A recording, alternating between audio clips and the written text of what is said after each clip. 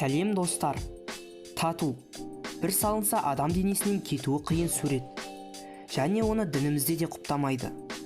Бірақ тату салатын адамдар жастарды еліктіріп, өз тұсақтарына түсіру үшін неше түрлі стильдегі суреттерді жасап әлек болуда. Мысалы, теріге салынатын 3D форматындағы суреттер. Сіздермен бірге дұрыс қадам арнасы. Бүгінгі видеода мен сіздерге ең таң қаларлық тату дизайндарын көрсететін боламын. Ал ендеше видеомыз басталмай тұрып, арнамызға жазылып, осы видеоға лайк басып кетуді ұмытпаңыздар.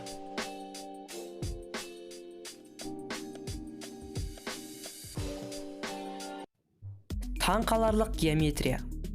Гиперреализм деген сөзді естігенде басыңызға бірінші болып қандай ой келеді? Жұмбақ портреттер немесе тағы да сол сияқты шығар. Қысқасын айтқанда, мұндай суреттер қарапайым естілгенімен шынында олай емес. Оны бір сәйкестікке немесе оптикалық иллюзияға ұқсатуға болады. Осындай жанрдағы суреттер арқылы адам денесіндегі тату шынайы көрінеді. Бұл туындыны шығарған Джесси Рикс мұны жасау өте қиын, сондықтан оны ойламай-ақ жай ғана қараңыз дейді. Осы әдісті пайдаланып, ол біршама туындылар жасап үлгерді. Сырттан қарағанда таң қаларлық пазл бөлшектеріне ұқсайды.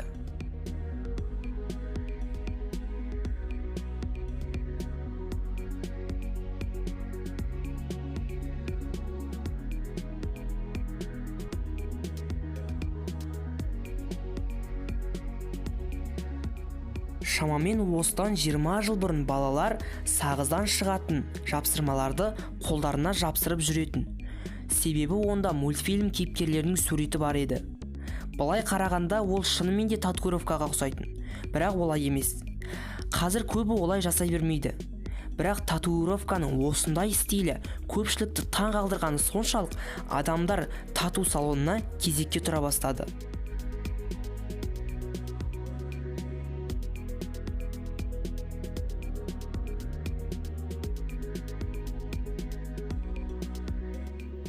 Сырт көзбен қарағанда біреу келіп адамның қолына матаны жапсырып тастаған сияқты көрінуі мүмкін.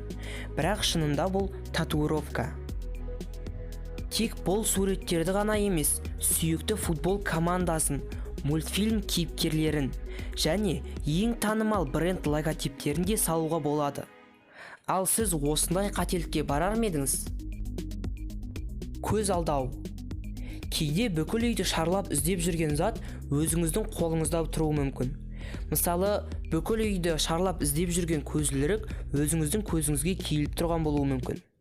Ал мына адамның қаламсабы құлағында тұр деп ойлайсыз ба? Жоқ, шын мәнінде бұл да тату. Бұл жігіт енді өз қаламын жоғалтпайтын болады. Бірақ өкінішке орай ол оны көре де алмайды. Ал енді ойлап көріңіз. Бұл жігіт шынымен де қалам керек болып, өзінің шын қаламын іздеп жүргенде, қанша адам келіп оған білместікпен қаламың құлағыңда тұр деп айтты екен.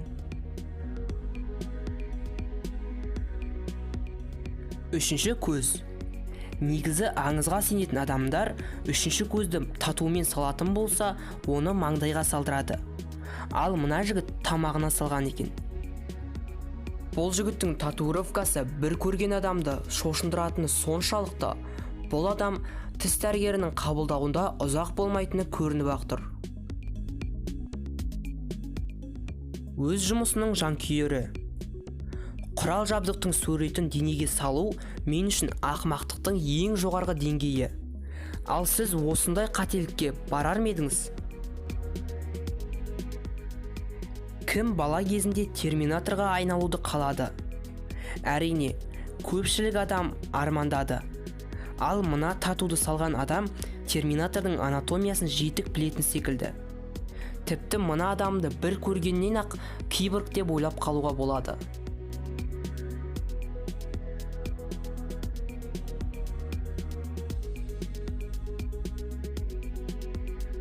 Достар, тату салатын адамдар өз саудаларын жүргізу үшін ел арасында неше түрлі сыбыстарды таратып жүр.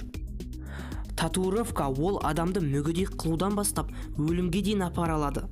Сондықтан ешқашан мұндай қателікке жол берме.